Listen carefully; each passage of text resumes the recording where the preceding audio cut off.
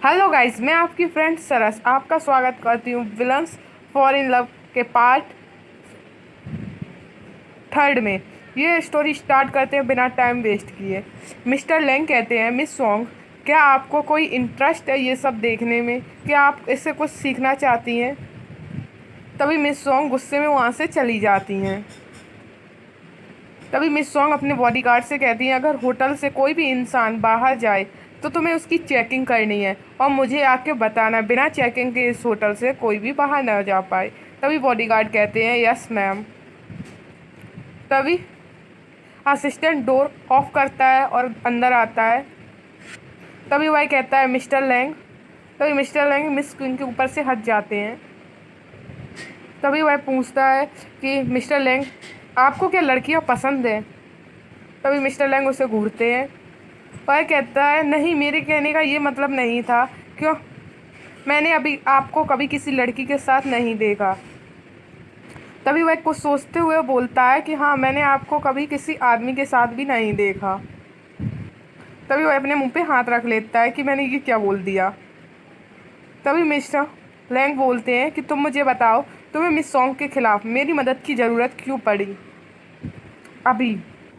तभी ल्यूकिंग कहती है कि मैं आपको तभी बताऊंगी कि मैंने आपकी मदद क्यों ली, अगर आप मुझे इस होटल से बाहर निकाल दें, क्योंकि मैं जानती हूँ मिस सोरोंगियों ने गेट को रुकवा दिया होगा, ब्लॉक करवा दिया होगा। तभी असिस्टेंट कहता है, आपको मेरी क्या ज़रूरत है? क्या मैं आपके लिए वेट्रेस वाली क्लॉथ्स लाऊं? तभी ल्यूकिंग मना कर देती है, नहीं। तभी मिस्टर लैंग कहते हैं कि अगर इसको यहाँ से बाहर निकलना है तो हाई प्रोफाइल क्रिएट करके निकलना होगा। अगर ये वेट्रेस बन के निकली तो इसे कोई भी पहचान लेगा। ऐसे निकलना यहाँ से आसान रहेगा। तभी ये लोग होटल के गेट पर पहुँच जाते हैं। तभी बॉडीगार्ड्स बताते हैं कि मुझे आप लोगों की चेकिंग करनी होगी, क्योंकि होटल में एक चोर घुस आया है। क्या आप लोग मुझे अपना रूम नंबर बता सकते हैं? तभी मिस्टर लैंग कहते हैं, टॉप फ्लोर 2406। तभी एक बॉडीगार्ड आके मिस सॉन्ग को बताता है कि मिस सॉन्ग, जो लड़की मिस्टर लैंग के रूम में थी वो बाहर आ चुकी है, क्या आप चल के देख लेंगी? तभी मिस सॉन्ग सोचती हैं कि लुकिंग एक कंट्री साइड गर्ल है, वो इतने हाई प्रोफाइल कपड़े नहीं पहन सकती, तो वो यहाँ नहीं आ सकती, और वह बॉडीगार्ड को कह देती है कि इन्हें जाने दो, मिस्टर लैंग का टेस्ट इतना ख़राब नहीं होगा। तभी लुकिंग कहती है, मिस्टर लैंग, यहाँ पर बहुत सारी नॉइज़ आ रही है, हम लोग यहाँ से कब निकलेंगे? मुझे यहाँ अच्छा नहीं लग रहा है, मुझे घर जल्दी जाना है। तभी हमें बाहर का सीन दिखाया जाता है, जहाँ पर असिस्टेंट इन लोगों के लिए दरवाज़ा खोल रहा होता है। तभी ये लोग आ जाते हैं। तभी मिस्टर लैंग कार में बैठ जाते हैं, परंतु लुकिंग कहती है कि क्यों ना, ये अच्छा नहीं होगा कि हम लोग अलग अलग रास्ते से जाएं और इंटरसेक्शन हेड पे मिल जाएंगे, इससे और किसी को हम लोगों पे शक नहीं होगा। तभी मिस्टर लैंग की कार वहाँ से चली जाती है। फिर सीन शिफ्ट होता है इंटरसेक्शन हेड पे। तभी असिस्टेंट कहता है कि मास्टर, मिस लू अभी तक नहीं आई, कहीं कुछ हो तो नहीं गया, कहीं वो खो तो नहीं गई? तभी मिस्टर लैंग ये सब बातें सोचकर मुस्कुरा रहे होते हैं। तभी मिस्टर लैंग कहते हैं कि वो नहीं आएगी। तभी असिस्टेंट कहता है, उन्होंने तो कहा था हम लोग इंटरसेक्शन एरिया पे मिलेंगे, आप ऐसा क्यों कह रहे हैं कि वो नहीं आएगी? तभी वह कहता है, डेट इंटरेस्टिंग केविन, यानी कि जो लड़का है, जो असिस्टेंट इसका, उसका नाम केविन है। तो वह कहता है कि यही तो उसकी अच्छी बात है, उसकी खासियत है, और वह चलने का इशारा कर देते हैं। कार वहाँ से चली जाती है। तभी हम लोग देखते हैं कि इंटरसेक्शन के पीछे लुकिंग छुपी होती है, यानी कि वह सब ये सब कुछ देख रही होती है। तभी लुकिंग कहती है, हाँ, मैं जानती हूँ कि तुम लोग अच्छे हो, परंतु तुम लोग विलन्स हो, और मेरी इन्फॉर्मेशन के अकॉर्डिंग तुम मुझे मारोगे। तभी पीछे से एक लड़का बोलता है, आपको कौन किल करेगा? तभी लुकिंग कहती है, तुम कौन हो? तभी वह अपनी पहचान बताते हुए कहता है कि मैं आपका बड़ा भाई लू चेंग हूँ। क्या आपको कोई बुखार है जो आप मुझे पहचान नहीं पा रही हो? तभी लू किंग सोच में पड़ जाती है कि मेरा कोई यंगर ब्रदर भी है। तभी हमें ये दोनों लोग रेस्टोरेंट में दिखाए जाते हैं,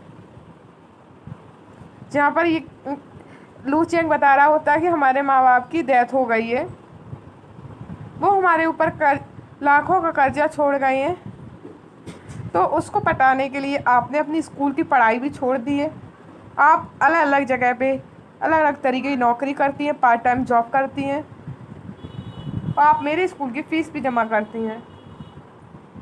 आपको दिल की दिक्कत है, हार्ट डिसीज़ है, दिल में दिक्कत है। तभी वह सोचती है कि मुझे तुम्हें सपोर्ट कराना पड़ेगा, यानी तुम्हारी मदद करनी पड़ेगी तुम्हारी पढ़ाई में।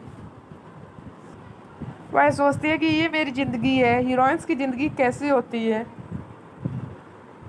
तभी वह कहती है ये सब छोड़ो, ये बताओ हम लोग यहाँ क्यों आए हैं। तभी ब्रदर बताता है कि मुझे डर लग रहा था कि आपको कोई प्रॉब्लम ना हो जाए, आपने मुझसे होटल आने के लिए कहा था, आप कोई ट्रबल में ना फंस जाए होटल जाकर, इसीलिए मैं आपका होटल के दरवाजे पर इंतज़ार कर रहा था। परंतु आप ऐसा बिहेव क्यों कर रही हैं, और आपने ये फैंसी ड्रेस भी पहन रखी है। तभी लू किंग सोचती है कि मैं इस कॉमिक बुक में उल्टा रोल प्ले कर रही हूँ, मैं गलत रोल में आ गई हूँ। इससे अच्छा होगा कि मैं फाइंड कर लूँ मून एंड चैन को, और फिर से ये कहानी स्टार्ट कर सकूँ। तभी वह अपने भाई से कहती है कि तुम मेरी कुछ मदद करोगे। तभी वह उसका भाई उसके कपड़ों में खड़ा हुआ होता है। तभी भाई कहता है मेरी बहन कहाँ चली गई। तभी हमें जियांगवे हॉस्पिटल दिखाया जाता है, जहाँ पर मिस्टर वू भर्ती होते हैं। तभी वहाँ पे डॉक्टर लू से पूछ रहे होते हैं कि मिस्टर वू कैसे हैं। तभी वह बताते हैं कि उनकी कंडीशन अभी तो ठीक है, परंतु वह अभी स्वस्थ नहीं हुए हैं। तभी मिस सॉन्ग कहती हैं ये सब उस लड़की की वजह से हुआ है, वही लड़की वहाँ पे थी मिस्टर मून के साथ। तभी वह अपने फ़ोन में होटल की वीडियो चला देते हैं और बताते हैं ये लड़की लू किंग है। तभी मिस्टर मून की मॉम कहती हैं कि ये कैसे पॉसिबल है। तभी डॉक्टर उनसे कहते हैं कि मैंने मिस्टर मून की बॉडी में और भी कुछ देखा है, ड्रग्स देखी हैं। मिस्टर मून के सिर में जो चोट लगी है वो तो इतनी सीरियस नहीं थी, परंतु वो चोट लगने के कारण और ड्रग्स के प्रभाव के कारण वो अभी इस टाइम कोमा में चले गए हैं। तभी मिस सॉन्ग सारा इल्ज़ाम लू किंग पे डाल देती है, कहती है कि उसी ने ड्रग्स दिए होंगे मिस्टर मून को। तभी मॉम कहती हैं कि नैंग चैंग को तो एलर्जी थी लड़कियों से, अगर क्या हुआ मेरे लड़के की जान लेना चाहती थी। तभी मॉम कहती हैं कि कॉल करो पुलिस को और उसे अरेस्ट कराओ। तभी मिस सॉन्ग कहती हैं कि हम लोगों को पुलिस को कॉल करने से अच्छा है हम लोगों को इसे अपने तरीके से सॉल्व करना चाहिए। ये सब बातें लू किंग सुन रही होती है। इससे मूव फैमिली पे भी इफ़ेक्ट पड़ जाएगा कि सब लोगों को पता पड़ जाएगा कि नोचेंग अभी भर्ती है, और इस कारण से कंपनी के स्टॉक्स भी नीचे गिर सकते हैं। तभी मिस सॉन्ग कहती हैं कि आंटी आप कुछ देर रेस्ट कर लो। तभी डॉक्टर कहता है मैम आप मेरे साथ चलिए। तभी लू किंग सोचती है कि अगर मेन कैरेक्टर ही कोमा में चला गया तो क्या होगा, ऐसा तो होना नहीं चाहिए, और मैं कैसे मरूंगी और ये कहानी कैसे ख़त्म होगी। तभी असिस्टेंट मिस सॉन्ग से कहता है कि आप ये बताइए आपने ये क्यों नहीं बताया कि आपने ड्रग्स दिए थे मिस्टर मून को। तभी मिस सॉन्ग कहती है ये ड्रग्स तो मैंने लू किंग के लिए रखे थे, ना कि मिस्टर मून के लिए, उसने तो अनजाने में और धोखे से पी लिया। ये सारी बातें लू किंग भी सुन लेती है। तभी वह कहती है कि उसकी इस बात पर कोई भी भरोसा नहीं करेगा कि उसने उसे ड्रग्स नहीं दिए, उसकी मूव फैमिली इस बात में हेल्प नहीं करेगी, तुम्हें अपना केवल मुंह बंद रखना है। तभी लू किंग ये सब सोचकर सोचती है ये क्या हो गया।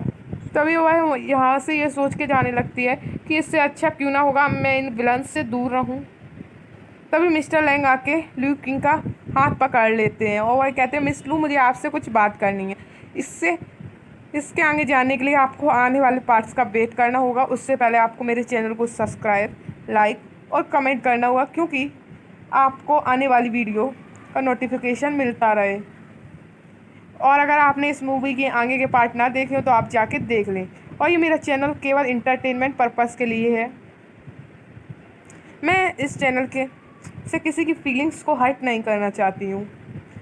अगर आपको ये ड्रामा देखना हो तो मैं आपको प्लेलिस्ट में इस ड्रामे का नेम भी डाल देती हूँ, आप लोग देख लीजिए कीजिए वहाँ से।